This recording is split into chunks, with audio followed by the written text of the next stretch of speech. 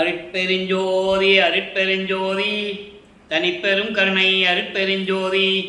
எல்லா உயிர்களும் இன்புற்று வாழ்க, வள்ளல் மலரடி வாழ்க வாழ்க, கொல்லா விரதம் குவளை எல்லாம் ஓங்குக, நல்லோ நினைத்த நலம் பெறுக, நன்றி நினைத்த எல்லோரும் வாழ்க இசைந்து. உலக மக்களே, அறிவார்ந்த அன்பர்களே, ஆன்மநேய ஒருமைப்பாடுடைய அன்பர்களே, அருட்பெருஞ்சோதி ஆண்டவருடைய திருவிளையாடல்களை பிள்ளை பெருமான் அருளிய திருவற்பாவிலிருந்தே பார்த்து கொண்டிருக்கிறோம். அருட்பெருஞ்சோதி ஆண்டவர் பிரபஞ்சத்தினுடைய அதாவது கலியுகம் முடிந்தவுடனே, இந்த கலியுகம் முடியும் தருவாயில் 1823ஆம் ஆண்டு தனது திருவிளையாடலை தொடங்குகிறார்.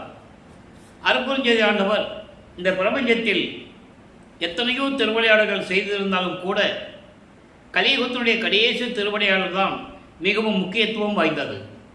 காரணம், ஏற்கனவே பிரபஞ்சத்தில் தோன்றிய 4 யுகங்களிலுமே கிரேத யுகம், திரேத யுகம், துவார யுகம், கலியுகம், இந்த 4 யுகங்களிலுமே தோன்றிய சமயங்கள், மதங்கள், மார்க்கங்கள். சமயங்கள் என்பது சைவம், வைஷ்ணவம், கௌபாரம், காணாபத்தியம், சௌரம், சாகரம், இப்படி பல சமயங்கள் உருவாகின. சைவ சமயத்தினுடைய தலைவன் சிவபெருமான், வைஷ்ணவ சமயத்துடைய தலைவன் திருமால், கௌபாரத்தினுடைய தலைவன் முருகன், காணாபத்திய சமயத்தினுடைய தலைவன் விநாயகன், சௌரத்தினுடைய தலைவன் சூரியன், சாதகத்தினுடைய தலைவி அம்மை. இப்படி பல சமயங்கள் உருவாகின. அந்தந்த காலகட்டத்திற்கு ஏற்றபடி மார்க்கங்களும் உருவாகின. கிரேத யுகத்திலே கலங்க மார்க்கம், திரேத யுகத்திலே திராவக மார்க்கம், துவார யுகத்திலே நவநீத மார்க்கம், கலியுகத்திலே பஸ்ம மார்க்கம், அதன் பிறகு தசா மார்க்கம், சர்புத்திர மார்க்கம், சக மார்க்கம், சமய மார்க்கம் என்று பல மார்க்கங்கள் உருவாகின. அதே போல மதங்களும் உருவாகின. சமணம், பௌத்தம், பாசிசம், இந்து, கிறிஸ்துவம், முஸ்லீம் போன்ற பல மதங்களும் உருவாகிவிட்டன. இந்த மதங்களும் சமயங்களும் மார்க்கங்களும் அந்தந்த காலகட்டங்களில், அந்த யுகங்களில், அந்தந்த யுகம் முடியும் போது இது முடிஞ்சிடும். ஒவ்வொரு யுகத்தில் தோன்றிய சமயங்களும் மதங்களும் மார்க்கங்களும் முடிந்துவிடும். அதன் பிறகு ஒரு யுகம் தோன்றும். இப்படி ஒவ்வொரு காலகட்டத்திலும் நடந்து கொண்டிருந்த போது கலியுகம் முடிந்த பிறகு, கலியுகத்திலே அப்புறம் சதுர யுகத்திலே, இப்போ நம்ம சதுர யுகத்தில் இருந்து கொண்டிருக்கிறோம். பிள்ளை பெருமானவர்கள் ஒளி யுகம் என்று கூறுவார். கலியுகம் 1900 ஆண்டுகளிலே முடிவடைந்து விட்டது என்பதை வல்லப்பெருமானவர்கள் நமக்கு தெளிவாக அருளியிருக்கிறார்கள். இன்னும் மக்கள் கலியுகம் தான் நடந்து கொண்டிருக்கிறது என்று நம்பிக்கொண்டிருக்கிறார்கள். காரணம், மக்களிடம் யாருமே கூறவில்லை. கலியுகம் முடிந்து விட்டது என்ற நிலையை மக்களிடம் யாரும் கூறவில்லை என்பதனால் மக்களுக்கு தெரியாது. அதை வல்லப்பெருமானவர்கள் தெளிவாக அருளியிருக்கிறார்கள். அப்போ இந்த கலியுகத்தில் வாழுகின்ற உலக மக்களுக்கு ஒரு ஆன்மீக மார்க்கம் வேண்டும். அந்த ஆன்மீக மார்க்கம் சமரசமாக இருக்க வேண்டும். எல்லோரும் அந்த மார்க்கத்தை ஏற்றுக்கொண்டு ஒன்றுபட்டு முரண்பாடுகள் இல்லாமல், வேற்றுமைகள் இல்லாமல் எல்லோரும் சமரசமாக வாழ்ந்து இன்புற்று வாழ வேண்டும் என்பதற்காக அருட்பெருஞ்சோதி ஆண்டவர் சுத்த சன்மார்க்கத்தை உருவாக்கி, அந்த சுத்த சன்மார்க்கத்தை உலக மக்களெல்லாம் ஒன்றாக இணைப்பதற்காக தனது மகனை, தனது அருளால் பெற்றெடுத்த ஒரு ஆண்மகனை செல்வப்பிள்ளை என்று பெயரிட்டு வளர்த்து கொண்டிருக்கிறார். இறுதியாக, அதாவது பிரம்மனும் திருமாலும் ருத்திரனும் மகேஸ்வரன் 4 தொழிலை செய்து கொண்டிருந்தார்கள். 5வது தொழிலை செய்து கொண்டிருந்த சதாசிவம், இந்த 4 பேரும் அவர்களுடைய அருளாற்றல் முடிந்தவுடனே இறைவனுடைய திருவடியை சேர்ந்து விட்டார்கள். அதன் பிறகு அவர்களுக்கு எந்த விதமான அவதாரமும் கிடையாது. பிரம்மன், திருமால், ருத்திரன், மகேஸ்வரன் போன்ற 4 பேரும் இறைவனுடைய திருவடியை சேர்ந்த பிறகு இந்த உண்மைகள் எல்லாம் திருவற்பாவில் இருக்கின்றன. இங்கே பேசக்கூடிய கருத்துக்கள், விளக்கங்கள் எல்லாமே திருவற்பாவில் இருப்பதை தான் இறைவன் கொடுத்த தயவாலயம் கருணையினால் இந்த வள்ளலார் ஊழியர் உங்களுக்கு விளக்கமாக கூறிக்கொண்டிருக்கிறேன். அவர்களாம் இறைவனுடைய திருவடியை சேர்ந்த பிறகு இறுதியாக 5 தொழில்களையும் சதாசிவம் செய்து கொண்டிருந்த அந்த காலகட்டத்தில் அவருடைய செயல்காலம் முடியும் போது 51 ஆண்டுகள் இருக்கின்ற தருவாயில் தனது மகனை, தன் அருளால் பெற்றெடுத்த ஒரு செல்வ பிள்ளையை, தனது மகனை இந்த பூலோகத்திற்கு ஒரு தாயின் வழியாக வருவிக்க செய்தார் அருட்பெருஞ்சோதி ஆண்டவர் என்பதை திருவருட்பாவிலிருந்தே நாம் பார்த்து கொண்டிருக்கிறோம். ஏன் ஒரு தாயின் வழியாக வருவிக்க செய்தார், அந்த விளக்கத்தையும் உலக மக்களுக்கு கூற வேண்டும் என்ற ஒரு கடமை இருப்பதால் இந்த வள்ளலார் ஊழியர் அந்த விளக்கத்தை கூற கடமைப்பட்டிருக்கிறேன். இறைவன் நினைத்திருந்தால் தனது மகனை எப்படி வேணாலும் வருவிக்க செய்திருக்கலாம். ஏன் ஒரு தாயின் கருவறையிலே 10 மாதங்கள் தனது மகனை இருக்க செய்து உலகியலிலே ஈடுபட செய்து 1823ஆம் ஆண்டு தொடங்கிய திருவிளையாடல் 30/1/1874 இரவு 12 மணி வரையிலும் 51 ஆண்டுகள் திருவிளையாடல்களை ஏன் செய்ய வேண்டும் என்ற நிலையை உலக மக்களுக்கு விளக்கி கூற வேண்டும். உலக மக்களிடையே இந்த சமயங்களும் மதங்களும் மார்க்கங்களும் சூழ்ந்திருந்த காலகட்டங்களில் வாழ்ந்து கொண்டிருந்த இந்த மக்கள் இன்னும் அதையே நம்பிக்கொண்டிருக்கிறார்கள். சுத்த சன்மார்க்கம் என்ற ஒரு மார்க்கம் இருப்பது மக்களுக்கு தெரியாது. அப்போ உலக மக்களிடம் அவர் இருக்க வேண்டும். 51 ஆண்டுகள் தனது மகனை இந்த உலகியல் வாழ்க்கையிலே ஈடுபட செய்து இந்த சமயங்களையும் மதங்களையும் மார்க்கங்களிலும் கூறப்பட்ட நெறிகளை பின்பற்ற செய்து நமச்சிவாயா சிவாய நம ஓ சிவாயாவை என்று சொல்ல வைத்து சைவ சமயத்தின் அடையாளமாகிய திருநீரை பூசிக்கொண்டு உத்திராட்ச மாலையை போட்டுக்கொண்டு உலக மக்களிடையே உலாவு விட்டு அதன் பிறகு தனது மகனுக்கு சுத்த சன்மார்க்கத்தை கொடுத்து இதை உலக மக்களிடம் சொல்லி உலக மக்களை எல்லாம் ஒன்றாக இணைக்க வேண்டும் என்ற நிலையை செயலாற்றுவதற்காகத்தான் தனது மகனை ஒரு தாயின் வழியாக கருவறையிலே இருக்க செய்து வருவிக்க செய்தார் அருட்பெருஞ்சோதி ஆண்டவர். நமது பிள்ளைப்பெருமான் அவர்கள் வருவிக்க உற்ற இடம் சிதம்பரம் அருகிலே மருதூர் என்ற கிராமத்திலே ராமையா பிள்ளை சின்னையம்மை அவர்களின் உலகியலிற்காக மகனாக வருவிக்க உற்றார். உலகியலுக்காக மகனாக வருவிக்க உற்றார். அதை நல்லா புரிஞ்சுக்கணும். அப்போ சைவ குலத்தில் வருவிக்க உற்றதனால் இவர் சமயங்களை பின்பற்றிக் கொண்டுதான் இருக்க வேண்டும். அது காலத்தின் கட்டாயம்.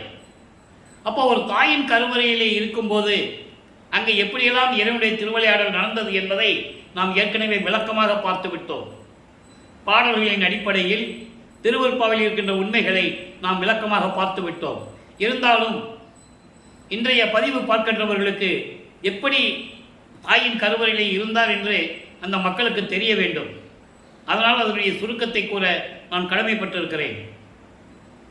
பிண்ட வடிவத்திலே ஒரு தாயின் கருவறையிலே உருவாக்கி இருக்கும்போது நமது குழந்தை இறைவன் வல்லற்பமானவர்கள் உலகியலிலே மக்களால் அழைக்கப்பட்டவர் திரு அருட்பிரகாச வள்ளலார் என்று. ஆனால் உலகியலிலே நமது பிள்ளை பெருமானவருக்கு இட்ட பெயர் ராமலிங்கம்.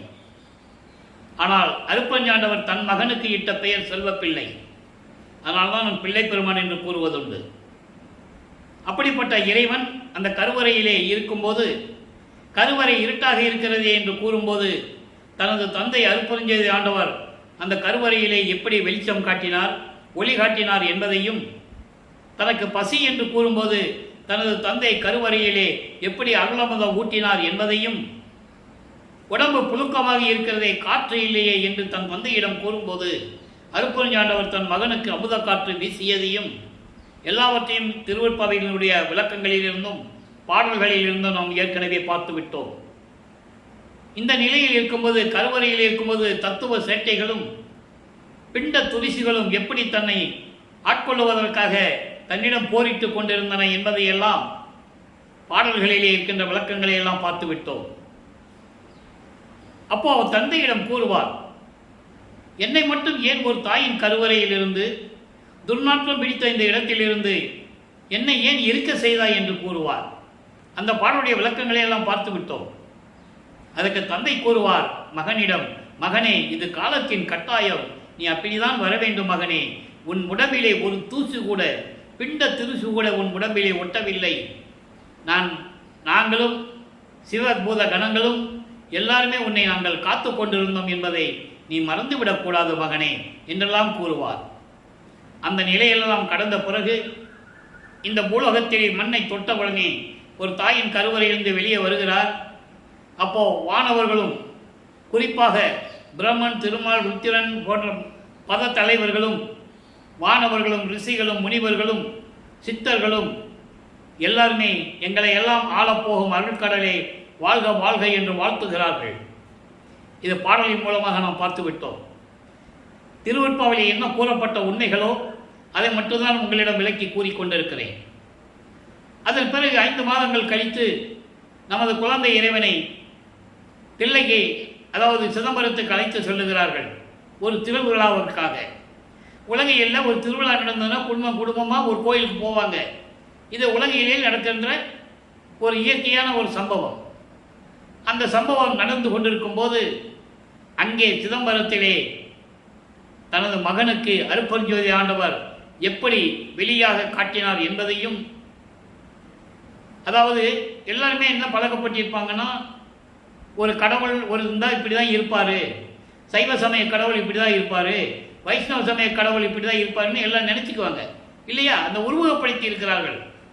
ஆரம்ப காலகட்டத்திலிருந்தே இந்த சமயங்களையும் மதங்களையும் மார்க்கங்களையும் சார்ந்தவர்கள் தங்களுடைய கர்த்தாக்களை தலைவர்களை உருவகப்படுத்தி இப்படி தான் இருந்தார் என்று உருவகப்படுத்தி அதற்கேற்றபடி ஆலயங்களை அமைத்து வழிபாட்டு முறைகளை அமைத்து மக்களை வழிபட செய்து விட்டார்கள். அந்த பழக்கத்தை காலங்காலமாக மக்கள் வழிபட்டு கொண்டிருக்கிறார்கள். அப்ப இவருக்கு மட்டும் அருட்பெருஞ்சாண்டவர் வெளியாக காட்டுகிறார், வெட்ட வெளியாக காட்டுகிறார். அதான் இயற்கை உண்மையின் கடவுள் என்பதை தன் மகனுக்கு 5 மாத குழந்தையிலேயே சிதம்பரத்திலேயே சிதம்பர ரகசியத்தை காட்டுகிறார் அருட்பெருஞ்சோதி ஆண்டவர். அதன் பிறகு நமது குழந்தை இறைவனுக்கு மறைப்பு நிலை ஏற்படுகிறது. இங்கே ராமையா பிள்ளை அவர்கள் காலமான உடனே சின்னம்மையார் அவர்கள் ஏற்கனவே அவர்களுக்கு 4 குழந்தைகள் உண்டு. 2 பெண் குழந்தைகள், 2 ஆண் குழந்தைகள். இவர் இறைவனால் வருவிக்க விட்டு 5வது குழந்தை, அப்படிதான் சொல்ல வேண்டும். இறைவனால் வருவிக்கிட்ட குழந்தை நமது பிள்ளை பெருமான் அவர்கள். உலகியலுக்காக 5 குழந்தைகள். அந்த 5 குழந்தைகளை அழைத்து கொண்டு பொன்னேரிக்கு செல்லுகிறார்கள், சின்னக்காவனம் என்ற ஒரு கிராமத்திற்கு. அங்குதான் நம்ம பிறந்த இடம், சின்னம்மையார் பிறந்த இடம். சில குடும்ப பிரச்சனைகள் காரணமாக அங்கே இருக்க முடியவில்லை. அதன் பிறகு சென்னையிலே ஏழுகணர் பகுதியிலே வீராசாமி முதலியார் தெருவிலே குடியேறுகிறார்கள். இப்போ அந்த இடம் வள்ளலார் நகர் என்று அழைக்கப்படுகிறது. அப்போ நமது பிள்ளை பெருமான் அவர்கள் குழந்தை இறைவன் வளர்ந்து கொண்டிருக்கிறார். வளர்ந்து கொண்டிருக்கிற காலகட்டங்களில் ஒரு பள்ளியில் சேர்க்க வேண்டும் என்ற நிர்பந்தத்தில், அந்த சூழ்நிலையில் நமது பிள்ளை பெருமான் அவர்களை ஒரு பாடசாலையிலே கொண்டு போய் சேர்க்கிறார்கள். இவரால் படிக்க முடியாது. ஏனென்றால் அருட்பெருஞ்சோதி ஆண்டவர் தனது மகன் உலகியல் படிப்பையும் சந்தை படிப்பையும் படிக்கக்கூடாது, யாரையும் குருவாய் ஏற்றக்கூடாது என்ற அடிப்படையில் தனது மகனை திருவிளையாடல் செய்து கொண்டிருக்கிறார். அது அவருக்கு தெரியாது. அப்போ திருவிளையாடல் செய்து அவருக்கு தெரியாது. அவர் என்ன நினைச்சிட்டு இருக்காரு, அவரும் ஒரு சாதாரண குழந்தை போல் நம்ம பிறந்திருக்கிறோம் என்றுதான் அவருக்கு ஒரு நினைவு. அவருக்கு இறைவனுடைய மகன் அப்ப தெரியாது. அப்போ அந்த நிலையில் இருக்கும்போது அருட்பெருஞ்சாண்டவர் 1823ஆம் ஆண்டு தொடங்கிய திருவிளையாடல் 1874 ஆண்டுகள் வரை 51 ஆண்டுகள் திருவிளையாடல் செய்து கொண்டிருக்கிறார். இந்த 51 ஆண்டுகளை அருட்பெருஞ்சோதி ஆண்டவர் 8 ஆண்டுகளாக பிரிக்கிறார். ஒவ்வொரு 8 ஆண்டுகளிலும் எப்படி தன் மகனுக்கு அருளை கொடுக்கிறார் என்பதை நாம் பாடல்களின் மூலமாக பார்த்து கொண்டிருக்கிறோம். இறுதியான காலகட்டம் 3 ஆண்டுகள், 6 48, 51 48 போச்சுன்னா 3 ஆண்டுகள். அதுதான் மேட்டுக்குப்பத்திலே சித்தி வளாகத்திலே என்ன நடந்தது என்பதை நாம் இறுதியாக பார்க்க போகிறோம். இந்த 8 ஆண்டுகள் என்பது இறைவனுடைய குணங்களினுடைய அடிப்படை, இறைவனுடைய குணங்களை அடிப்படையாக கொண்டது. இறைவனுக்கு 8 குணங்கள் உண்டு. தன்மையத்தனாதல், தூய உடம்பினாதல், இயற்கை உணர்வினாதல், முற்றிலும் உணருதல், இயற்கையாகவே பாசங்களை நீக்குதல். நல்லா கவனிக்கணும், இயற்கையாகவே பாசங்களை நீக்குதல் எங்க நடக்குது? 4வது 8 நடக்குது. அதான் ஒவ்வொரு 8 ஆண்டுகளிலும் எப்படி அருளை பெறுகிறார் என்பது திருவெட்பாவிலே நாம் கண்ட உண்மை. இயற்கையாகவே பாசங்களை நீக்குதல், முடிவில் ஆற்றல் உடைமை 5வது 8 நடக்கிறது. 6வது 8 பேரன்பை இன்ப உடைமை. அப்போ பேரவை இன்ப உடைமை, கடைசியில் வரம்பில் இன்ப உடைமை. இப்படி 8 குணங்கள் உண்டு. அந்த அடிப்படையில் தான் தன் மகனுக்கு அருளை கொடுத்து கொண்டிருக்கிறார் அருட்பெருஞ்சோதி ஆண்டவர். இந்த நிலையில் முதல் 8இல் எந்த விதமான அருளை தன் மகனுக்கு கொடுக்கவில்லை அருட்பெருஞ்சோதி ஆண்டவர். ஸோ 8 ஆண்டுகள் கழித்து பள்ளிக்கூடத்தில் சேர்க்குறாங்க. பள்ளிக்கூடத்துக்கு போக முடியலன்னா வீட்டில் என்ன சொல்லுவாங்க? திட்டுவாங்க பிள்ளைய.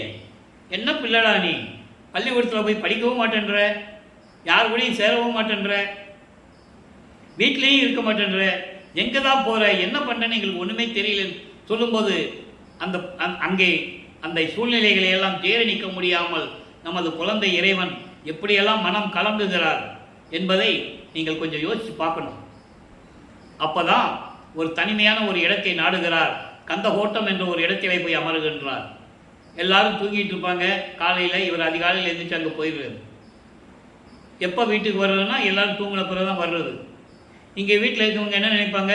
குழந்தைய காணமே, ராமலிங்க எங்கே போனானோ தெரியல, சாப்பிட்டானா சாப்பிடலையான்னு தெரியல, எப்படியெல்லாம் இருக்கிறானோ என்று தெரியாமல் தவித்து கொண்டிருப்பார்கள்.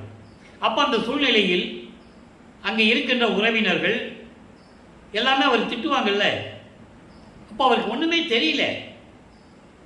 அப்போ 8 ஆண்டுகள் கழித்து 9வது ஆண்டு தொடக்கத்தில் தனிமையிலே அவருடைய அறையிலே இருக்கும்போது இறைவன் அவன் முன் தோன்றுகிறார், காட்சி கொடுக்கிறார். மகனே வருந்தாதே, நீ என்னால் வருவிக்க உற்றவன், நீ என்னுடைய மகன், என்னுடைய செல்வ பிள்ளை, நீ காரணம் காரியங்கள் எல்லாம் உண்டு. உன்னை ஏன் வருவிக்க செய்தேன் என்ற காரணம் காரியங்கள் நான் பின்னாளில் முன்பருவம் பின்பருவம் காட்டி உனக்கு அருள் செய்வேன் என்று கூறி மறைந்து விடுகிறார். ஞானத்தை மட்டும் பெற்றுக்கொள் என்று கூறுகிறார். ஞானத்தை பெற்ற பிறகு 9வது ஆண்டில் இறைவனுடைய மகன் என்று தெரியும். அப்போது சுத்த சனமாக என்னன்னு அவருக்கு தெரியாது. அருட்பெருஞ்சாண்டவர் தான் இறைவன் என்று தெரியாது. நல்லா புரிஞ்சுக்கணும் நீங்கள். அப்போது சமயங்களும் மதங்களும் மார்க்கங்களும் சூழ்ந்திருந்த காலகட்டங்களில் இவரும் சைவ குலத்தில் இருந்து வருவிக்க விட்டதனால் சிவபெருமானை வழிபட்டுக் கொண்டிருக்கிறார். சிவபெருமான இறைவன் என்று நமச்சிவாயா, சிவாய நமா, சிவசிவாய் என்று சொல்லி வழிபட்டுக் கொண்டிருக்கிறார். சைவ சமயத்தின் அடையாளமாகிய திருநீரை பூசிக்கொண்டும் உத்திராஜ மாலை போட்டுக்கொண்டும் சிவபெருமானை வழிபட்டுக் கொண்டிருக்கிறார். இந்த காலகட்டங்களில் 1ஆம் திருமுறை உருவாகிறது. 1ஆம் திருமுறை நான் ஏற்கனவே கூறியது போல 8 பதிகங்கள், 712 பாடல்கள். நாம் 6வது பதிகத்திலிருந்து திருவருள் முறையீடிலிருந்து இறைவனுடைய திருவருளை, அதனுடைய திருவிளையாடலை, இறைவனுடைய திருவிளையாடலை பார்த்து கொண்டிருக்கிறோம். அதற்கு முன்னால் இருக்கிற பதிகங்கள் எல்லாம் திருவிடை புகழ்ச்சி. அது பாதி சமஸ்கிருதமாக இருக்கும். 128 வரி பாடல்கள், பாதி சமஸ்கிருதம். அதுக்கப்புறம் சமஸ்கிருதமும் தமிழும் கலந்து இருக்கும். அதுக்கப்புறம் முழுமையாக தமிழ் இருக்கும். அற்புதமான பாடல்கள் எல்லாம் உண்டு. அதன் விளக்கங்கள் நான் ஏற்கனவே யூடியூப்பில் சொல்லியிருக்கேன், நீங்கள் பார்த்துக்கலாம். இருந்தாலும் பிற்காலத்தில் ஒரு விளக்கம் தர வேண்டி இருக்கிறது, அப்போ பார்த்துக்கலாம். அதன் பிறகு விண்ணப்ப கழிவென்பா, நெஞ்சறி உறுத்தல், சிவனேசவென்பா, மகாதேவ மாலை, திருவருள் முறையீடு, இங்கித மாலை, வடிவிட மாணிக்க மாலை என்ற பதியங்கள் எல்லாம் உண்டு. அப்போது 9வது ஆண்டில் ஞானத்தை பெற்ற பிறகு 232 பாடல்களில் இருக்கின்ற திருவருள் முறையீடு என்ற பதிகத்திலிருந்து எல்லா பாடலுடைய விளக்கங்களையும் பார்த்து விட்டோம். சிவபெருமானை பற்றி பாடியாச்சு, எந்த விதமான பலனும் இல்லை. உடனே அவர் மனதில் ஒரு ஏக்கம் வருகிறது, ஒரு தவிப்பு, ஒரு எதிர்பார்ப்பு என்று கூட சொல்லலாம். ஒருவேளை அம்மையை பற்றி பாடினால் அருளை பெற்றுவிடலாமோ என்று சொல்லி வடிவுடையம்மனை பற்றி பாடுகிறார். அப்போ வடிவுடை மாணிக்க மாலை உருவாகிறது. மொத்தம் 100 பாடல்கள்.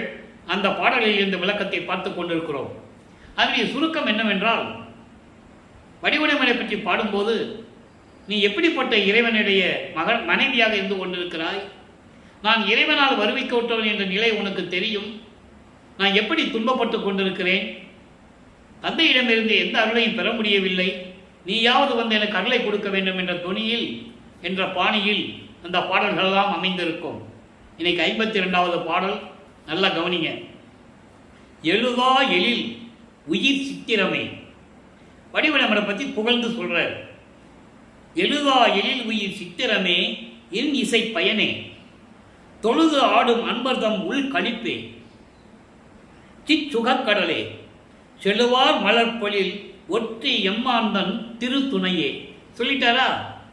எம்மான் தன் திருத்துணையே, வள்ளுவா மறையின் பொருளே வடிவுடை மாணிக்கமே.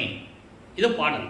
இந்த பாடிய விளக்கம் என்னன்னா, அதாவது எழுத முடியாத அளவில், சொல்ல முடியாத அளவில், சித்தரிக்க முடியாத அளவில், வரைய முடியாத அளவில் இருக்கின்ற அழகான உயிரோடு இருக்கின்ற ஓவியமே. எவ்வளவு அற்புதமாக சொல்லப்பாங்க. இந்த வரிக்கு இவ்வளவு விளக்கம் இருக்கு.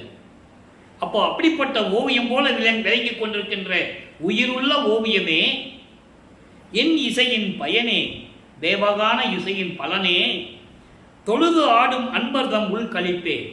உன்னை உள்ளத்தில் வணங்கிக் கொண்டிருக்கின்ற அன்பர்களின் உள்ளத்தில் மகிழ்ந்து கொண்டிருக்கின்ற கடவுளே, தெய்வமே, என் அம்மையே, சிற்றுகக்கடலே, மெஞ்ஞான கடலே, செழுவார் மலர்பொழில் ஒற்றி எம்மாந்தன் திருத்துணையே.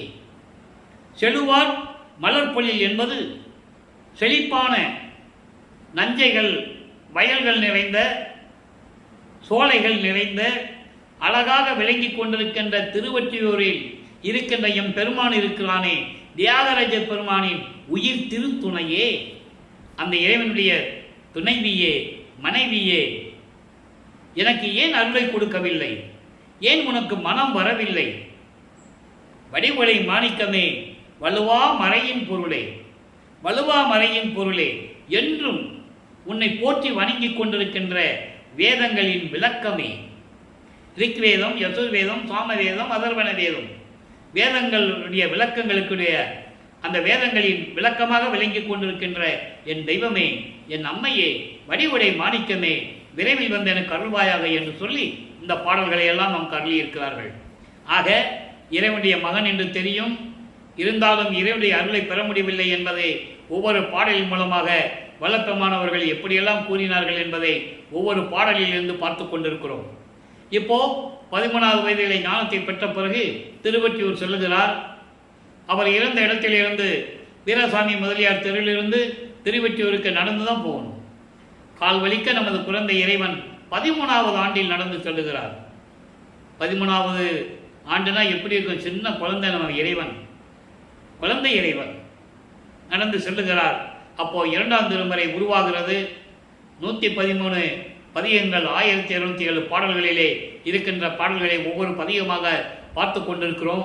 இன்று வரை 27 அதாவது 26 பதிகங்களை முடித்திருக்கிறோம். 27வது பதிகத்தை பார்த்து கொண்டிருக்கிறோம். அந்த 26 பதிகங்களுடைய ஒரு சுருக்கம். சென்னைக்கு போகிறார். அங்கே தியாகராஜ பெருமானுடைய கோயிலில் நின்றுகிறாரு. உருகி பாடுகிறார். எந்த விதமான பலனும் இல்லை என்பதனால் ஒருவேளை திருமுல்லை வாயிலுக்கு சென்றால் அருளை பெற்றுவிடலாமே என்று சொல்லி திருமுல்லை வாயிலுக்கு செல்லுகிறார். அங்கே இருக்கிற சிவபெருமன் பெயர் மாசிலாமணி. அவருக்கு தான் ஊருக்கு ஒரு பெயர் இருக்கு. நல்லா புரிஞ்சுக்கணும். நீங்கள் சமயத்தினுடைய தலைவர்களுக்கு ஊருக்கு ஒரு பெயர் உண்டு. அதே மாதிரி வைஷ்ணவ சமயத்தின் தலைவன் திருமாலுக்கு ஒவ்வொரு ஊருக்கும் ஒரு இடத்துக்கு பெயர் உண்டு. ஒரே ஊரில் 3 கோயில் இருக்கும், 3 பேர் இருக்கும். நீங்கள் பார்த்துருப்பீங்க. அப்போ இந்த நிலையில் இருக்கும்போது சிவபெருமானை பற்றி அங்கே மாசிலாமணி பாடுறாரு. எப்படி என்னை இந்த பூலோகத்திற்கு வருவிக்க செய்துவிட்டு நான் தான் உனது மகன், அதாவது நான் தான் உனக்கு தந்தை, நீ எனது மகன் என்றெல்லாம் கூறிவிட்டு இதுவரை எனக்கு வந்து தோன்றி எந்த அருளையும் கொடுக்கவில்லை. உன்னை தேடி வந்தால் ஏன் மகனே வந்தாய், எதற்காக வந்தாய் என்று கேட்பதும் இல்லை. ஊமை போல நின்று கொண்டிருக்கிறாயே, இது நியாயமா தர்மமா என்றெல்லாம் பாடுவார். நமக்கே உள்ள முருகிறது என்றால் அவர் அந்த நிலையில் எப்படி இருந்திருப்பார்? கொஞ்சம் யோசிச்சு பாருங்க, எப்படி இருந்திருப்பான்னு பாருங்க. இந்த மாதிரி ஒரு திருவிளையாடலை எல்லாம் இந்த பிரபஞ்சத்தில் இறைவன் நடத்தியதே இல்லை. ஏதோ ஒரு காலகட்டத்தில் நடக்கும், அதோடு முடிந்துவிடும். இது அப்படி அல்ல. அதன் பிறகு திருவழித்தயத்துக்கு வருவார்.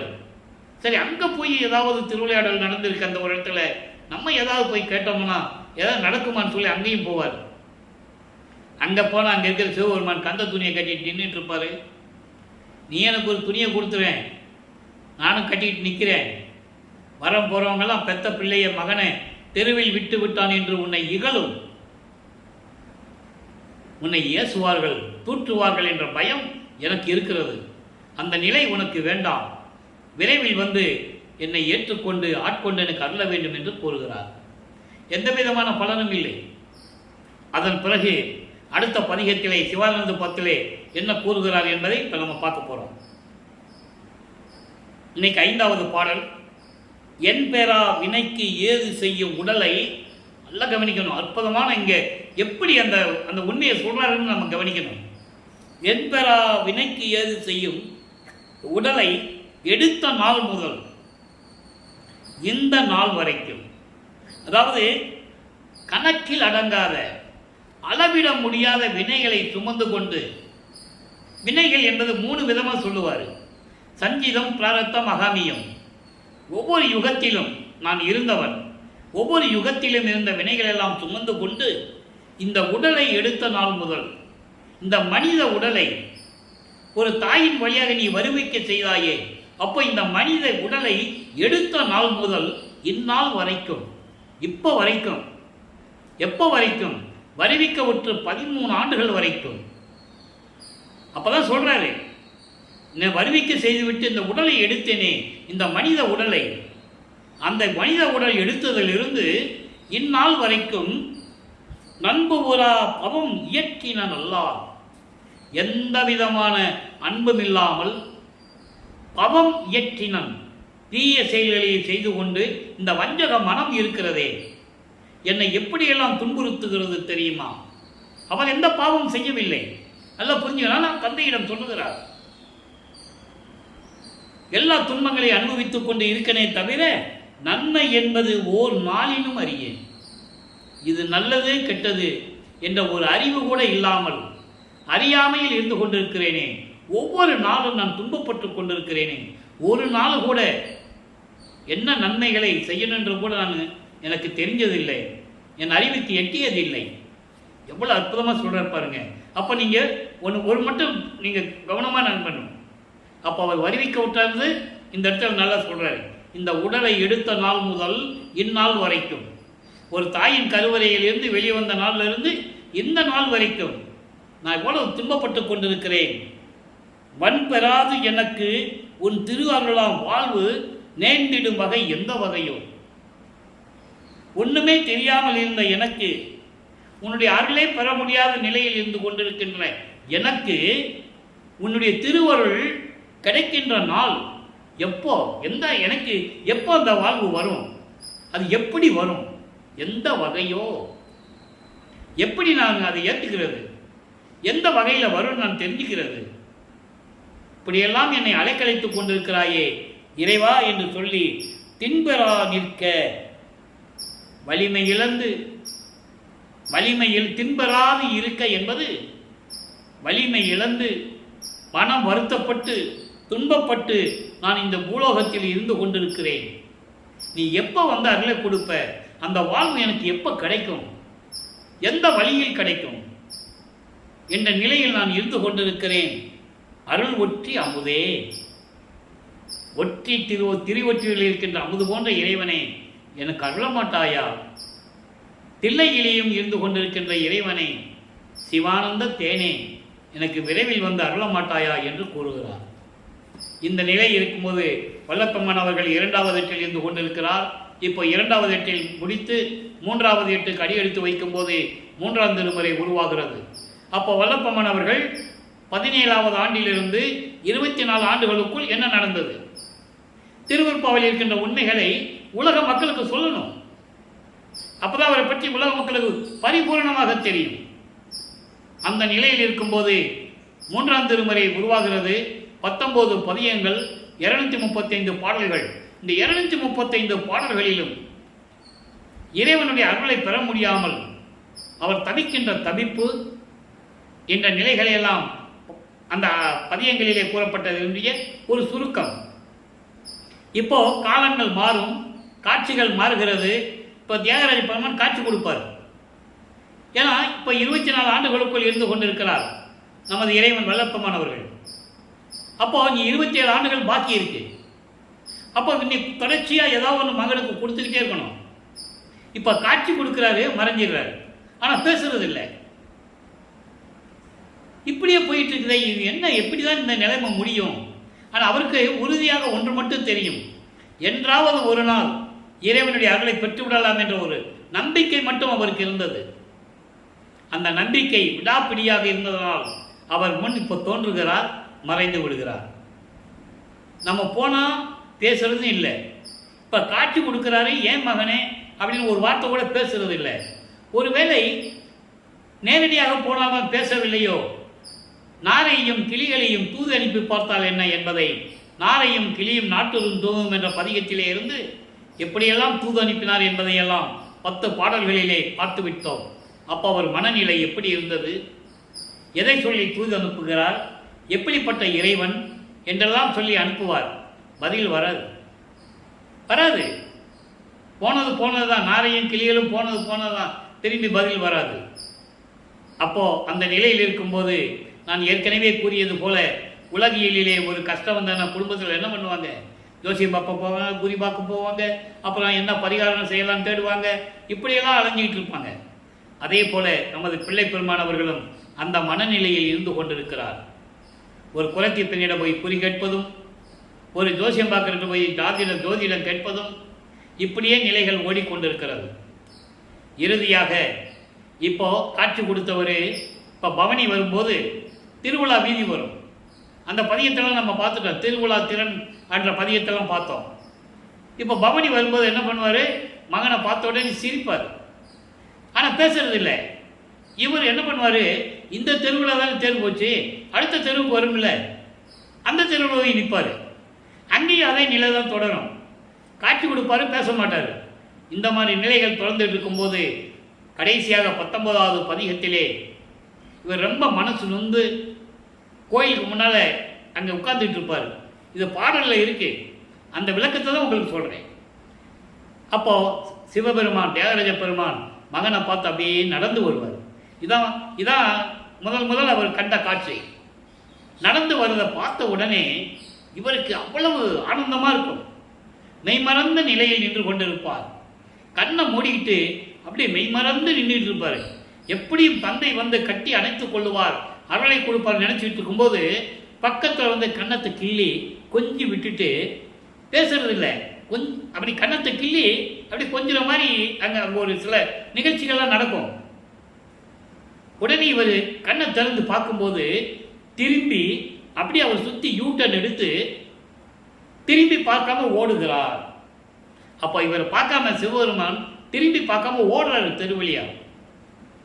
இவரும் பின்னாலே ஓடுறாரு, ஓட்டத்தை பிடிக்க முடியல.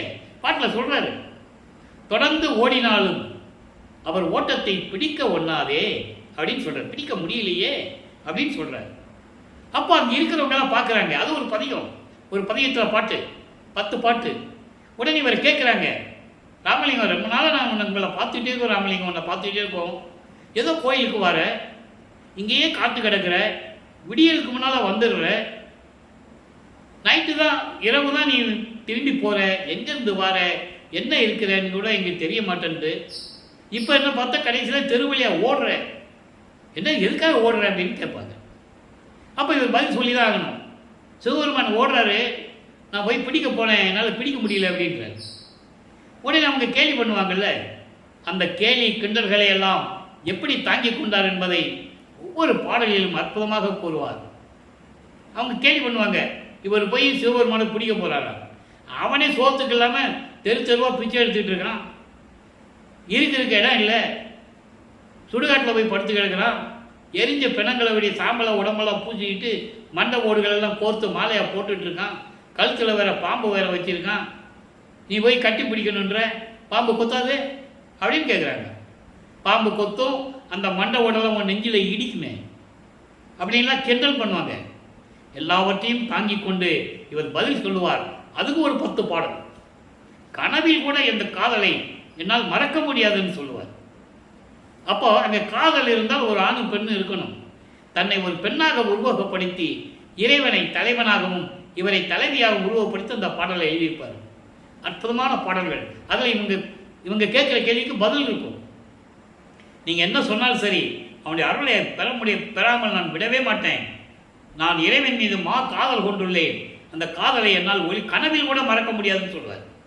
இப்படியெல்லாம் தொடர்ந்து கொண்டிருக்க காலகட்டங்களில் 3வது எட்டு முடிந்து விட்டது.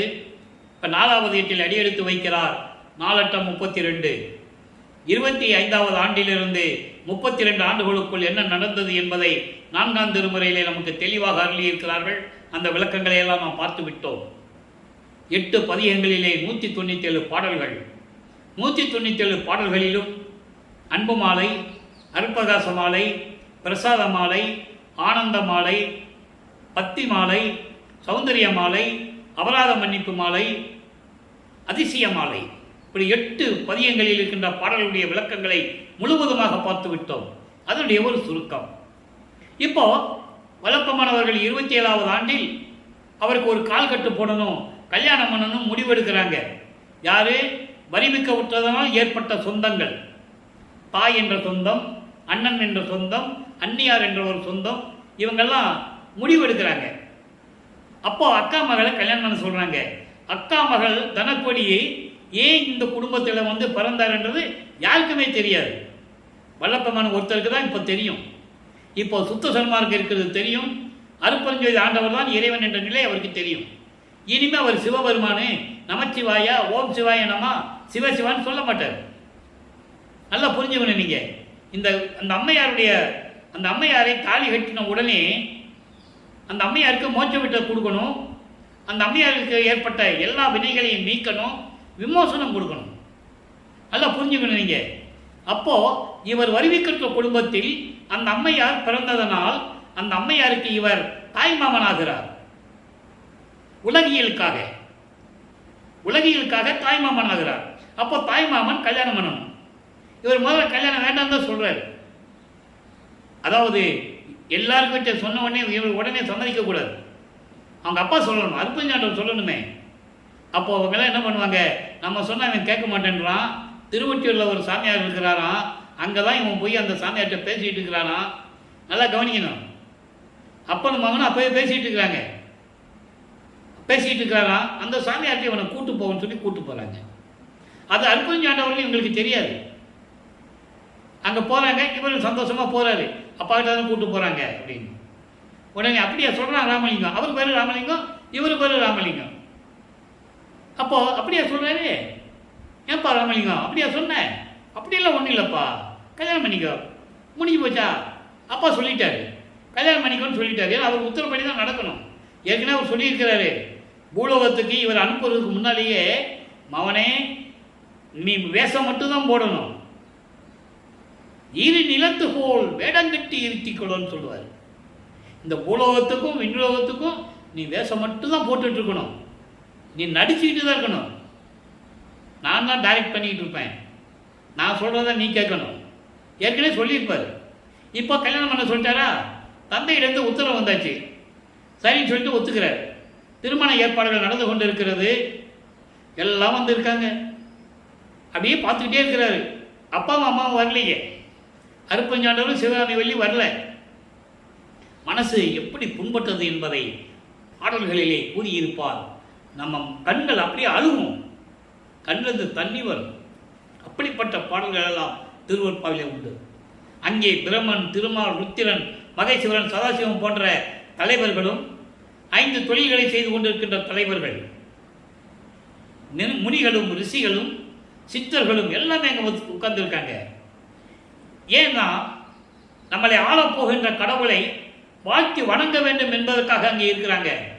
அதைத்தான் அகவல்ல சொல்லுவாரு, மூவரும் தேவரும் முத்தரும் சித்தரும் யாவரும் பெற்றிராயியல் என கலித்தனை.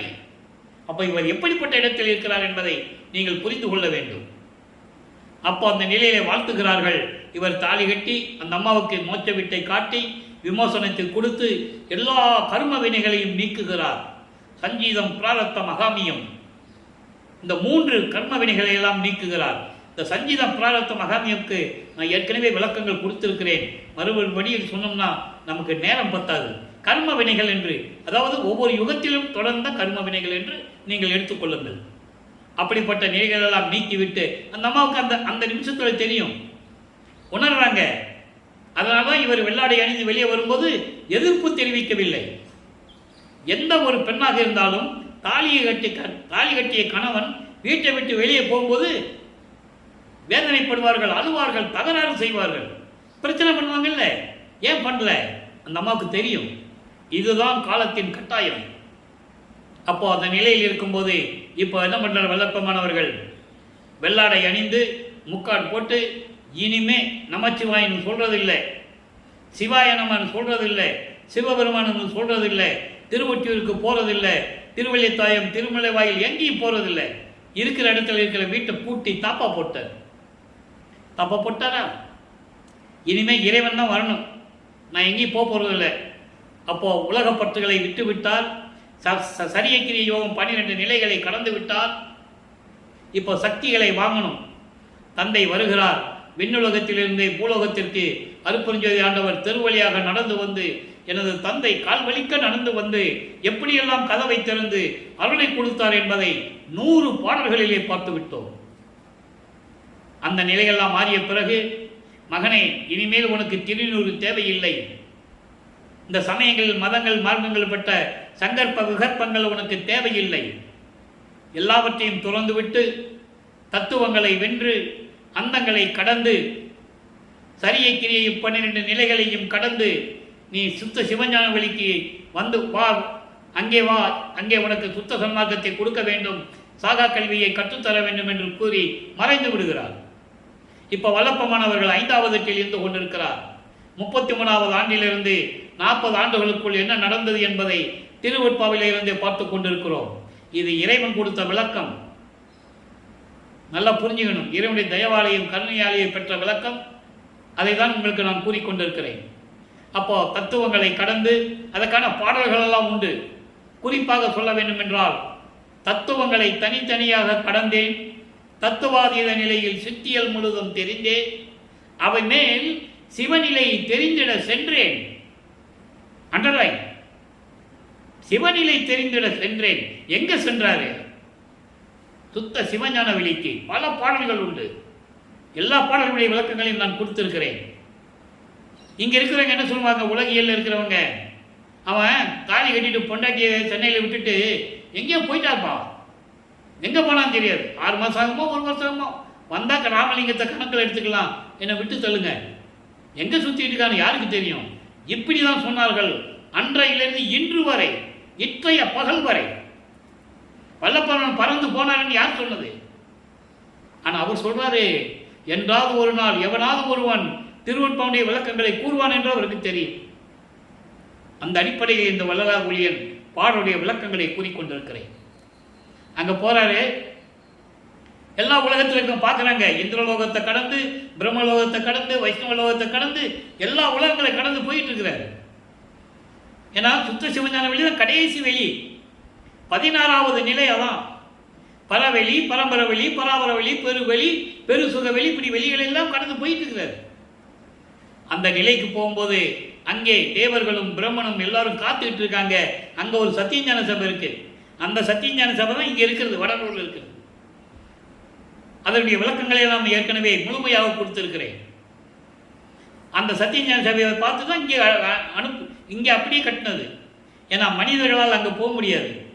இங்கே இந்த பூலோகத்தில் இருக்கின்றவர்கள் சத்தியஞான சபையை எப்படி பார்க்கணும், எப்படி வழிபடணுன்ற முறையெல்லாம் அப்போதான் ஒரு வரையறுத்து கூறியது. அப்போ தேவர்கள்லாம் சொல்றாங்க, நீங்க போங்க சாமி, ஏன் நிற்கிறீங்கன்னு கேட்குறாரு. நாங்கள் உள்ள வர முடியாது, நீங்க போங்க சாமின்னு கை காட்டுறாங்களாம். அந்த இருக்கு பாருங்க, அதான் சத்தியஞான சபைன்னு. எல்லாருமே படிக்கு கீழே தான் இருக்கிறாங்க. முதல் படியில் கூட கால் எடுத்து வைக்க முடியாது. அதுக்கான விளக்கங்கள் எல்லாம் சொல்லியிருக்காரு. அந்த விளக்கத்தை எல்லாம் நம்ம பார்த்துட்டோம். அப்போ உள்ள போகும்போது மகனை தந்தை வரவேற்கிறார். மகனை வருக வருக என்று சொல்லி வரவேற்று இந்த ஆடைகளை எல்லாம் கலந்து விட்டு, முக்காடோட தான் போறாரு. இந்த ஆடைகளை எல்லாம் கலைந்து விட்டு புனித நீராடி புத்தாடை அணிந்து அணிகலன்களை அணிந்து மங்கள கோலத்துடன் வருவாயாக, உனக்கு மணிமணி சூட்ட வேண்டும், மணிமுடி சூட்டி உனக்கு அங்கீகாரம் கொடுக்க வேண்டும் என்று சொல்லி சிங்காசனத்திலே அமர வைத்து தனது மகனுக்கு சுத்த சன்மார்க்கத்தை கொடுக்கிறார். மகனை சுத்த சன்மார்க்கத்தை பெற்றுக்கொள், இனிமே இது உன்மார்க்கம், என் மார்க்கம் அல்ல, இது உன்மார்க்கம் என்று சொல்லி சுத்த சன்மார்க்கத்தை கொடுத்து சாகா கல்வியை கற்றுத்தருகிறார். அதையெல்லாம் தேவர்கள் எப்படி பார்த்தார்கள்? கோபத்தோடும் பொறாமையோடும். நமக்கெல்லாம் கிடைக்காத ஒரு நிகழ்ச்சி, ஒரு வாழ்க்கை, ஒரு அற்புதமான நிகழ்வு இவனுக்கு கிடைத்து விட்டது என்று சொல்லி எப்படி பார்த்து கொண்டிருந்தார்கள்? சத்திய ஞான சபைக்கு வெளியே நின்று கொண்டு என்பதை தெளிவாக பாடலிலே மெய்யருள் வியப்பிலே பாடியதையெல்லாம் பார்த்து விட்டோம். அதன் பிறகு பூலோகத்துக்கு திரும்புகிறார். அதன் பிறகு சில செவி வந்த செய்திகள்லாம் உண்டு. சிதம்பரத்துக்கு போனதாகவும், இவர் எங்கே போனாலும் அப்போ நடந்து போன அவசியம் இல்லை, நினைச்ச இடத்துல இருப்பார். ஆனால் இங்கே சுற்றி இருந்தவங்க, அவரோட இருந்தவங்க எல்லாரும் என்ன சொல்லுவாங்க, நடந்தே போனாருப்பா, எல்லா கோயிலும் கும்பிட்டுக்கிட்டு போனாருப்பா. எப்படி நடந்தே போனார், சில இடங்கள்ல மாட்டு வண்டியில் போனார், இப்படியெல்லாம் சொல்லுவாங்க. அப்படியெல்லாம் கிடையாது. அவர் எல்லா சக்தியும் பெற்றவர். நினைச்சா நினைச்சல் இருப்பார். சில இடங்களில் திருவிளையாடல் செய்வார், எதுவும் தெரியாத மாதிரி. ஏன்னா இவரை எல்லாம் சாமியார் தானே சொல்லிட்டு இருக்காங்க. அதனால அந்த நிலையில் இருந்து கொண்டு சில அதிசயங்கள், சில அற்புத நிகழ்ச்சிகள், சில திருவிளையாடல்களை இவர் செய்வார். அந்த நிலையில் இருக்கும்போது அங்கே கருங்குழியினுடைய வீட்டு உரிமையாளர் வெங்கட ரெட்டியாரிடம் அவரை பரசுராமன் எப்படி பேசினார் என்பதையும், இவன் என் தம்பி, அக்கா மகளை கல்யாணம் பண்ணி கொடுத்தோம், வாழ முடியாதுன்னு வந்துட்டான், நீங்கள் உங்கள் பொறுப்பில் வச்சுக்காங்கன்னு சொல்லி ஒப்படைக்க, இதெல்லாம் நடக்கணும். இது என்னுடைய திருவிளையாடல், இப்படி தான் நடக்கணும். அப்போ அவரை கூட்டு வந்து கருங்குழியிலே அமர வைக்கிறார். அவருக்கு ஒரு இடம் கொடுத்து அந்த இடத்த சுத்தம் பண்ணி நீங்கள் இருந்துக்காங்க சாமின்னு கொடுக்குறாங்க. அங்கே தான் வல்லப்பெருமான் அவர்கள் 5வது எட்டை முடிந்து 6வது எட்டில் அடி எடுத்து வைத்துக் கொண்டிருக்கிறார். இப்போ வல்லப்பெருமான் அவர்கள் 48 ஆண்டுகளுக்குள் அந்த 8 ஆண்டுகளில் என்ன நடந்தது என்பதை இப்போ நம்ம பார்த்துக்கிட்டு இருக்கோம். இது வரைக்கும் சொன்னதெல்லாம் ஏற்கனவே பார்த்த விளக்கண வீடியோ ஒரு சுருக்கம். இப்போ அருப்பஞ்சாண்டவர் மகனும் எப்படி கலந்து உரையாடினார்கள். இனிமேல் ஜீவகாருண்ய ஒழுக்கம் உருவாக வேண்டும். உலகத்திலே ஜீவகாருண்ய ஒழுக்கத்தை சொன்னது நமது இறைவன் வல்லப்பெருமான் தான். அந்த ஜீவகாருண்ய ஒழுக்கம் உருவாக வேண்டும் என்றால் ஒரு தர்மசாலை வேண்டும். அந்த தர்மசாலையிலே அணைய அடுப்பை ஏற்படுத்த வேண்டும். உணவை சமைத்து பசியோடு வருகின்றவர்களுக்கு பசியாற்ற வேண்டும் என்ற நிலையில் ஏற்கனவே பார்வதி மக்களிடம் பேசியபடி அந்த இடத்தை பெற்றுக்கொண்டு 23/5/1867 ஆண்டு அன்றைய ஒரே நாளிலே தர்மசாலையை நிறுவி அணைய அடுப்பை மூட்டி உணவை சமைத்து பசியோடு வருகின்றவர்களுக்கு பசியை போக்கிக் கொண்டிருக்கிறார். நம்ம இதெல்லாம் படைத்து காத்து கொண்டிருக்கின்ற இறைவன் வல்லப்பெருமான் அவர்கள். நமது பிள்ளை பெருமான் அவர்கள் அடுத்த கட்டம் 1869 ஆண்டு வழக்கு தொடரப்பட்டது. ஆறுமுக நாவலார் என்ற தலைமையிலே முத்துசாமி ஐயர் என்ற ஒரு வழக்கறிஞரை வைத்து வடலூரிலே இருக்கின்ற ராமலிங்கம் என்பவர் எந்த கல்லூரியிலும் கற்காமல், இலக்கணம் இலக்கியம் படிக்காமல், புலவர் பட்டம் பெறாமல் தவறாக பிழைகளாக பாடல்களை எழுதி கொண்டு திருவற்பா என்று பெயரிட்டு அதற்கு திருமுறைகள் என்று பெயரிட்டு அழைத்துக் கொண்டிருக்கிறார். சமயங்களையும் மதங்களையும் மார்க்கங்களையும் ஜாதிகளையும் சாடுகிறார். அது எங்களுக்கு மன உளைச்சலை ஏற்படுத்திக் கொண்டிருக்கிறது. இது பாடல்கள் அல்ல, இதையெல்லாம் மறுப்பா என்று அறிவிக்க வேண்டும் என்று வழக்கு தொடரப்பட்டது. வழக்கு விசாரணைக்கு வருகிறது. வாதியாகிய ஆறுமுக நாவலார் அங்கே இருந்து கொண்டிருக்கிறார். அப்போ பிரதிவாதி நமது இறைவன் வல்லப்பெருமான் அவர்கள் அங்கே இல்லை. எல்லாம் சந்தோஷமா இருக்கிறாங்க. வழக்கு நம்ம பக்கம் தீர்ப்பாகும் சொல்லி சந்தோஷமா இருக்கிறாங்க. அப்போ அந்த உயர்நீதிமன்ற ஊழியர், நீதிமன்ற ஊழியர் 3 முறை பேர் வச்சு கூப்பிடுவாங்க. இன்னைக்கு அந்த பழக்கம் கோர்ட்டில் இருக்கு. பிரிட்டிஷ் நீதிபதி அப்போ கூப்பிடுறாங்க. ராமலிங்க பிள்ளை கூப்பிடும்போது அங்கே எழுந்தருள்கிறார். உடனே அங்கே நிற்கிறாரு. அவர் மாட்டு வண்டியில் போகலை, நடந்து போகலை என்பதை நீங்கள் நினைவில் வைத்துக் கொள்ள வேண்டும். உடனே அங்கே நிற்கிறாரு. அப்போ அவர் எல்லா அருளையும் பெற்றவர். 3 அருளை தவிர அருப்பஞ்சாண்டவரை வாங்கணும், அருப்பஞ்சோதியை வாங்கணும், அப்பா கிட்ட இருந்து வாங்கணும், திருவருள் செங்கோலாட்சியை வாங்கணும். இன்னும் அவர் ஆட்சி செய்ய ஆரம்பிக்கல. நல்லா புரிஞ்சுக்கணும். அதாவது எல்லா அருளையும் பெற்றாலும் கூட பிரபஞ்சத்தினுடைய ஆட்சி செய்யக்கூடிய பொறுப்பை இன்னும் வாங்கலை. ஆனால் முடி சூட்டியாச்சு, இளவரசர் என்ற பட்டம் சூட்டியாச்சு. அதுக்கப்புறம் இறைவன் இவரோட சேர்ந்து பிரிந்த சக்தியோடு அருப்பஞ்சாண்டர் திரும்பி சேர்ந்து ஜோதி ஆகணும், இறைவன் ஆகணும். ரொம்ப சாட்சிக்கிட்ட மறைஞ்சிட்டாருன்னு சொல்லக்கூடாது. மறைஞ்சிட்டாருன்னு சொல்ல போய் தான் ஏகப்பட்ட பிரச்சனை வந்துகிட்டு இருக்கு. இறைவன் ஆயிட்டாருன்னு சொல்லிட்டு போயிடணும். அதான் நடந்தது அங்கே. அந்த விளக்கத்தை நான் நிறைய பேசியிருக்கேன். பேச நான் பேசிக்கிட்டே இருப்பேன். நமக்கு தான் நேரம் பத்தலை. ஆக இப்போ என்ன நடந்தது? தீர்ப்பை பெற்றுக்கொண்டு நீதிபதி சொல்றாரு, விசாரித்த வகையில் திருவொற்பாலா மக்களுக்கு ஏற்றது மறுப்பாய் என்று அறிவிக்க முடியாது என்று சொல்லி நீதியை வழங்குகிறார். நீதியை பெற்றுக்கொண்டு தர்மசாலைக்கு வருகிறார். எல்லாம் எந்திரிச்சு நின்னாங்க, கேஸு தள்ளுபடி ஆச்சுன்னு சொல்லுவாங்க. அதெல்லாம் எந்திரிச்சு நின்னது உண்மை, அதனால தள்ளுபடி ஆகலை. நீதிமன்றத்தில் இருந்துச்சுன்னா எந்த கேஸும் தள்ளுபடி ஆகாது இப்போ வரைக்கும். சரி, அந்த விளக்கங்கள்லாம் நம்ம எல்லாம் பார்த்துட்டோம். இப்போ இங்கே வந்த பிறகு நடராஜவதி மாலை, சர்க்குரிமணி மாலை, உத்தரஞான சிதம்பரம் மாலை எல்லாம் எப்படி பாடினார், எப்படியெல்லாம் விளக்கங்களை எல்லாம் பார்த்துட்டோம். அதற்கு பிறகு இப்போ அவங்க அப்பாவை கூப்பிடுறாரு. காலங்கள் நெருங்கி கொண்டிருக்கிறது. 48 ஆண்டுகள் முடிஞ்சு போச்சு. வல்லப்பம்மன் அவர்கள் 48 ஆண்டுகள் முடிய போகுது. அப்போ 47வது ஆண்டுடைய இறுதி கட்டத்தில் இறைவனை எப்படி கூப்பிடுகிறார் என்பதை அம்பலவாணர் ஆட வருகை என்ற பாடத்திலிருந்து ஒவ்வொரு பாடலாக பார்த்து கொண்டிருக்கிறோம். இன்னைக்கு 3வது பாடல். நல்லா கவனிங்க. வேற்று முகம் பாரேன் என்னோடு ஆடவாரீர், வெட்கமெல்லாம் விட்டு விட்டேன் என்னோடு ஆடவாரீர், மாற்றுதற்கு என்னாதீர் என்னோடு ஆடவாரீர், மாற்றில் உயிர் மாய்ப்பேன் கண்டீர் என்னோடு ஆடவாரீர், கூற்று உதைத்த சேவடியில் ஆடவாரீர், கொண்டு குளம் குறியாதீர் ஆடவாரீர், ஏற்ற தனித்த தருணம் இதே என்னுடைய நாயகனை ஆடவாரீர். இதனுடைய சுருக்கம், பொருள் சுருக்கம் பாருங்க. இந்த பாடலுக்கு விளக்கம் மட்டும் ஒரு வாரம் சொல்லணும். ஆனால் சுருக்கத்தை தான் நான் சொல்கிறேன். அதாவது உன்னை தவிர நான் வேறு யாரையும் நான் நினைத்ததில்லை. அதை ஒரு பாடலில் சொல்லுவார். எல்லா வரிக்கும் விளக்கம் உண்டு. என்றே மெய்கண்ட நான் மற்ற பொய் கண்ட தெய்வங்களை நம்புவேனோ, எப்பவுமே உன்னதானே உண்மையான கடவுள்னு சொல்லிட்டு இருக்கேன். இன்னொரு பாட்டில் சொல்லுவார், மறந்தும் என்ற நாவால் உரைக்க மாட்டேன் சிறு தெய்வ நாமங்களை, உன்னை தவிர பூரா சிறு தெய்வம்ன்றார். அதான் சொல்றாரு, வெற்று முகம் பாரேன் என்னோடு வாரீர், வெட்கமெல்லாம் விட்டு விட்டேன் மாற்றுதற்கு என்னாதீர். என்னை விட்டுட்டு போயிடலாம், காலம் தாமதிக்கலாம் நீ நினைக்க கூடாது. அந்த மாதிரி நீ செஞ்சேனா நான் உயிரை விட்டு விடுவேன். பிறகு ஒரு பிரயோஜனம் கிடையாது. அப்போ நீ மகனேன்னு கூப்பிட்டா கூட நான் கிடைக்க மாட்டேன் அப்படின்னு சொல்றாரு. கூற்று உதைத்த சேவடியே, யமனை காலால் எட்டி உதைத்த திருவடியை உடைய இறைவனே, மரணத்தை நீக்குகின்ற இறைவனே, கொண்டு குலம் புரியாதீர், சமயங்களையும் மதங்களையும் மார்க்கங்களை எல்லாம் விட்டு விட்டு இருக்கின்ற இறைவனே, சுத்த சன்மார்க்க தலைவனே, எனக்கு அருளை கொடுப்பதற்கு இதுதான் ஏற்ற தருணம், வாருங்கள் என்னுடைய நாயகரே ஆடவாரீர். அங்கிருந்துட்டு என்ன பண்ற? இனிமேல் நம்ம குடும்பம் பிரிஞ்சிருக்க முடியாது. அப்பா அம்மா மகன்லாம் இனிமேல் நம்ம பிரிஞ்சிருக்க கூடாது. எல்லாம் நம்ம ஒன்றா தான் இருக்கணும். அதான் சொல்லுவார், இங்கே அம்மாவை கூப்பிட்டு வந்துரு, உன்னுடைய அங்கே நடக்கின்ற அருள் நடனத்தை இங்கிருந்து நான் உடலிலிருந்து கண்டு கழிக்கிறேன்.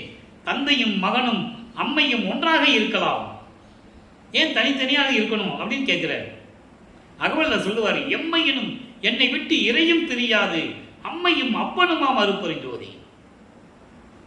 ஆக இந்த நிலைகள்லாம் மாறிய பிறகு கடைசியாக ஒரு பாடலுடைய விளக்கம். அனுபவ மாலை 147வது பதிகம். அனுபவ மாலையிலே எனக்கு 52வது பாடல். நல்லா கவனிக்கணும். வடிவுடை மாணிக்க மாலையில் 52வது பாடல் இன்னைக்கு பார்த்தோம். அதனுடைய நிலைகள் வேறு. அனுபவ மாலை 52வது பாடலில் என்ன சொல்றாரு? சுத்த சன்மார்க்கத்தை பெற்ற பிறகு அதெல்லாம் நான் தெரியாமல் இருந்துட்டேன், எனக்கு அப்போ எனக்கு அற்ப அறிவு என்று சொல்லுவார். கொடி கட்டி பெரு உபதேசம் பண்ணும்போது சொல்லுவார். அந்த விளக்கத்தை நம்ம அங்கே பார்க்க போகிறோம். மேட்டுக்குப்பம் போகும்போது அதை பார்ப்போம். இப்போது அனுபவ மாலையில் என்ன சொல்கிறார் பாருங்க. அதாவது தன்னை மனைவியாகவும் இறைவனை கணவனாகவும் வர்ணனை செய்து உள்ளத்திடம் தோழியிடம் சொல்லுவது போல உலக மக்களுக்கு சொல்கிறாரு. அற்புதமான பாடல்கள் இது வரைக்கும் நம்ம பார்த்துருக்கோம். எல்லா பாடல்களும் நல்லா இருக்கும். இங்கே பாருங்க, தாழ்குழல் நீ ஆண்மகன் போல் நாணம் அச்சம் விடுத்து சபைக்கு ஏறுகின்றாய் என்று உரைக்கின்றாய் தோழி. அழகான கூந்தலுடைய பெண்ணே, ஒரு ஆண்மகனை போல நீ வாட்டுக்கு சபைக்கு போயிட்டு வர. எங்க?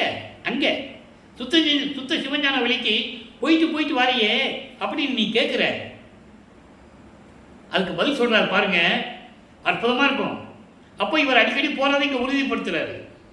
நல்லா புரிஞ்சுக்கணும். ஒரு ஆம்பளை மாதிரி ஒரு பொம்பளை பிள்ளை நீ வாட்டுக்கு போயிட்டு வர, ஊர் சுற்றிட்டு வர, எதுக்காக வர, எதுக்கு அப்படி போற அப்படின்னு நீங்க கேட்குறீங்க. இப்போ பாருங்க,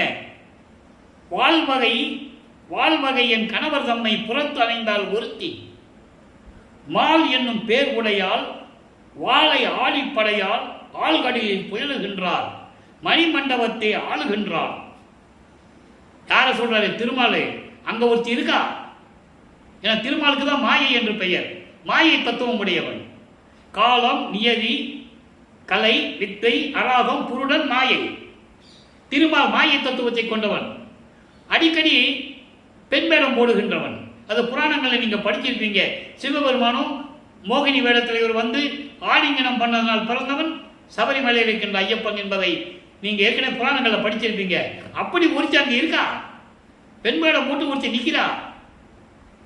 எப்படியாவது என் கணவரோட வாழ வேண்டும் என்று என்னுடைய இறைவனிடம் எப்படியாவது அருளை பெற்று விட வேண்டும் என்று தவம் இருக்கிறார். அவர் யாரு? சங்கு சக்கரத்தை அந்த ஆயுதத்தோடு நின்று கொண்டிருக்கிறாள். ஆழ்கடலிலே தூங்கி கொண்டிருக்கிறாள். திருமாலை பெண்ணாக சொல்லுகிறார். இவர் பெண்ணாக எங்க பாடலை சொன்னதுனால திருமாலை பெண்ணாக உருவகப்படுத்துகிறார். எப்படியாவது என் கணவரோடு சேர்ந்து விட வேண்டும் என்று கங்கணம் கட்டி கொண்டு ஆழ்கடலிலே பார்க்கடலிலே புயல் கொண்டிருக்கிறாள், பள்ளி கொண்டிருக்கிறாள். அவளை நான் விடவே மாட்டேன். எப்படி சொல்றாரு பாருங்க. அவன் தவம் இருந்தால் சரி, அவன் இனிமே அருளை பெற முடியாது. சங்கு சக்கரம் கையில வச்சுக்கிட்டு வேடிக்கை காட்டிக் கொண்டிருக்கிறாள். அதை ஒரு பாடலிலே சொல்லுவார் திருவற்பாவிலே. நெடுமாலுக்கு நேமி அளித்த நீர் மிடியேனின் அருள் மேவ விரும்பிலனோ. நான் அன்னைக்கே அவனை சொன்னேன் சங்கு சக்கரம் கொடுக்காதுன்னு. ஏன் கொடுத்த? நெடுமால் என்பது திருமால், நேமி என்பது சங்கு சக்கரம். அவனுக்கு மட்டும் நினைக்கும் போதெல்லாம் கொடுத்த நீ. அப்ப நான் சின்ன பையன், மிடியே. எவ்வளவு விளக்கமா சொல்றாரு தெரியுமா? அப்ப என்னை சின்ன பையன்றதுனால என் சொல்ல நீ கேட்கல, கேட்காம கொடுத்துட்ட. இன்னைக்கு உன் கிட்ட வந்து அருளை பெறுன்னு சொல்லி அவ கங்கணம் கட்டி கொண்டு இருக்கிறான். அதான் இங்க சொல்றாரு, ஆழ்கடலிலே துயில் கொண்டிருக்கிறாள் வாளை ஆழியோடு. சங்கு சக்கரத்தை அன்னைக்கு நீ கொடுக்க போய் தானே எல்லா வினையும் நடந்தது. அப்ப நான் சின்ன பையன், நான் கேட்க கேட்க நீ கொடுத்துட்ட. ஆனா எனக்கு அருள் கொடுக்குற நீ தயங்குற. தெளிவா கேட்கிற. யாரும் மறுக்க முடியாது. அத்தனை விளக்கங்கள் திருவருட்பாவில உண்டு. அதான் சொல்றாரு இங்க. அப்படிப்பட்ட ஒரு பொம்பளை அங்க இருக்கிறா. நான் ஏமாந்தேன், அவ வாழனுக்காக அங்க போயிடுவா. வேற நான் தெருவில் நிற்கணும். அதான் இங்க சொல்றாரு, மால் என்னும் பேகுடையால் வாழை அழிப்படையால் ஆழ்கடலில் புயல்கின்றார், மணிமண்டபத்தை ஆள வேண்டும் என்று நினைத்துக் கொண்டிருக்கிறார். அதனால் தான் நான் அகத்தே புணர்ந்தேன். இதெல்லாம் வெளிப்புறம் தான் நடக்குது, புறத்தே என்று சொல்லுகிறார். அதனால்தான் ஆண்மகனாய் அறிந்ததில்லையோ அவரை. அவன் ஒரு ஆண்மகன் தானே. அப்புறம் ஏன் பெண் வேடம் போட்டு மாயை காட்டிட்டு கொண்டிருக்கிறாள்? அப்பா அவனை நீ ஆண்மகன் ஏற்றுக்கணும்ல. அதே மாதிரிதான் நானும் பெண் வேடம் போட்டு இருக்கிறேன் என்றால் அதற்கு ஏற்றபடி, சூழ்நிலைக்கு ஏற்றபடி நான் நடந்து கொண்டிருக்கிறேன். அவரை கேள் வகையில் அகம் புகுந்தேன். கேள் வகையில் என்பது உரிமையோடு, கணவன் என்ற உரிமையோடு அகம் புகுந்தேன். அவரோடு நான் கலந்து கொண்டேன் அப்படின்னு சொல்றேன். எவ்வளவு அற்புதமா இருக்கு பாருங்க. இப்படி ஒரு தவம் இருந்து காத்துக்கிட்டு இருக்கா. அவளை எப்படியாவது தடுக்கணும். சங்கு சக்கரத்தோட நின்றுக்கிட்டு பார்க்கடலில் படுத்துக்கிட்டு மணிமண்டபத்தை ஆளணும்னு நினைச்சிட்டு இருக்கா. அவளை எப்படி விட முடியும்? நானே அதெல்லாம் விட முடியாது. அப்படி போல அதற்காகத்தான் நான் இறைவனின் அகம் புணர்ந்தேன். ஒரு பாடல்ல சொல்லுவாரு, எல்லாம் தமம் இருக்கிறாங்களாம், திரும்பி அந்த 5 பதவியை வாங்கணும்னு. இவர் கொடுக்க முடியாட்டார் அருப்பஞ்சாண்டவர். உங்க காலம்லாம் முடிஞ்சு போச்சு, இனிமேல் உங்களுக்கு எந்த தொழிலும் நான் கொடுக்க மாட்டேன். என் மகன் இருக்கிறான், எனக்கு வாரிசு இருக்கிறானே, அவனுக்கு நான் கொடுக்கணுமே. அதுக்காக தானே அவனை மூலவத்துக்கு அனுப்பியிருக்கேன். கொடுக்க முடியாதுன்றாரு. இவங்க தவம் இருக்கிறாங்க. அதான் சொல்லுவாரு, இந்த அணுக்கள் எல்லாம் தவம் இருந்து யார சொல்வாரு, ருத்திரன் பிரம்மன் முதலிய தேவர்களும் அருகரும் புத்தரும் சொல்ல பேரை வச்சு சொல்லுவாரு. அருகர் என்றால் இறைவனால் அனுப்பப்பட்ட தூதுவர்கள். இதை எல்லா தூதுவர்களும் அடங்கும். அப்போ எல்லாருமே சேர்ந்து தவம் இருக்கிறாங்க. அதற்கு முன்னால தவம் இருந்து இறைவனுடைய சிறிய அளவு அருளை பெற்றுக்கொண்டு இந்த வையகத்துக்கும் வானகத்துக்கும் மனம் போனபடி திரிந்தார்கள் என்று சொல்லுவார். பாடல் உண்டு. அவர்களை விட நாம் உயர்ந்தவன் என்று சொல்கிறார் வளர்ப்பெருமான். இவங்களை விட உயர்ந்தவர் வளர்ப்பெருமான். அவங்க எப்படி இருக்கிறாங்க? விளையாட நின்ற சிறுபிள்ளை கூட்டம் போல் இருந்து கொண்டிருக்கிறார்கள். விளையாட நின்ற சிறுபிள்ளைன்னா விளையாட கூட தெரியாத பிள்ளை, கை குழந்தை, அந்த மாதிரி அவங்க எனக்கு அப்படின்ற. அதான் இங்கே சொல்கிறாரு, அந்த வகையில் உரிமையோடு என் கணவரோடு நான் கலந்து கொண்டேன். இனிமே அவள் வர முடியாது. மாய வேஷம் போட்டுட்டு இருந்தாலே அவள் இனிமே வர முடியாது. காலம் நியதி ஏற்கனவே சொல்லிட்டேன். அந்த 7 வித்தையை கொண்டவன், 7 தத்துவத்தை கொண்டவன், வித்யா தத்துவம் கொண்டவன். பிரமனுக்கு 24 தத்துவம், ருத்திரனுக்கு 5 தத்துவம். இந்த விளக்கங்களை நான் ஏற்கனவே சொல்லியிருக்கேன். இப்படியெல்லாம் நான் தவறு நடந்துவிடக்கூடாது என்பதற்காக நான் அகம் புகுந்தேன். இப்போ நான் ஆம்பளையா பொம்பளையா கேட்குறாரு. தோழியிடம் உள்ளத்திடம் கேட்பது போல உலக மக்களிடம் கேட்குறாரு, நான் ஆம்பளை தானே? அவன் மட்டும் பெண்பாடம் போட்டு இப்படியெல்லாம் செய்ய போனால் நான் பெண்பாடம் போட்டுக்கிட்டு இருந்தேன். அதனால தான் நான் அடிக்கடி சபைக்கு போயிட்டு வந்தேன். எங்கே சுத்த சிவனார் வரைக்கும் நான் அடிக்கடி போகலைன்னா எல்லாத்தையும் தட்டி பறிச்சிருப்பாங்க. நான் கவனமோடு இருக்கிறேன் சொல்லிட்டு அவர் கருணை அமுதம் கிடைத்தது. நான் ஆண்மகன் ஆகின்றது அதிசயமோ? என் தந்தையிடமிருந்து நான் அமுதம் கிடைத்து விட்டது, நான் ஒரு ஆண்மகன் என்பதில் கூறுவதில் என்ன அதிசயம் என்று கூறி இந்த பாடலை கருதியிருக்கிறார்கள். எனவே அன்பர்களே, ஒவ்வொரு நாளும் இறைவனுடைய திருவிளையாடலை பார்த்து கொண்டிருக்கிறோம். நீங்களும் சுத்த சன்மார்க்கத்தில் இணைந்து இறைவனை வணங்கி கொலையும் கொலையும் தவிர்த்து, கொலை என்பது உயிர்களை எந்தவித உயிர்களையும் துன்புறுத்தக்கூடாது, அந்த உயிர்களை வதை செய்யக்கூடாது, கொல்லக்கூடாது. ஈ எறும்பு முதல் எந்த உயிரையும் மனதார நம்ம கொல்லக்கூடாது, துன்பம் செய்யக்கூடாது. சைவ உணவுகளை உட்கொண்டு சைவ நெறியில் இருந்து கொண்டு ஜோதியை வணங்கி அருப்பெருஞ்சோதி அருப்பெருஞ்சோதி தனிப்பெருங்கனை அருப்பெருஞ்சோதி மகாமந்திரத்தை உச்சரித்து இறைவனுடைய அருளையும் செல்வங்களையெல்லாம் பெற்று நீங்கள் நீடூழி வாழ வேண்டும், நோயற்ற வாழ்வில் வாழ வேண்டும், மரணமில்லா பெருவாழ்வில் நீங்கள் வாழ வேண்டும் என்று இறைவன் தயவோடையும் கருணையோடையும் வாழ்த்து விடைபெறுகிறேன். இந்த வள்ளலார் ஊழியர். மீண்டும் நாளை சந்திப்போம். நன்றி, வணக்கம். அருப்பெருஞ்சோதி அருப்பெருஞ்சோதி தனிப்பெரும் கருணை அருப்பெருஞ்சோதி. நாளையும் இறைவனுடைய திருவிளையாடல் தொடரும். கண்டு மகிழ்ந்து இறைவனுடைய அருளை பெற்றுக் கொள்ளுங்கள்.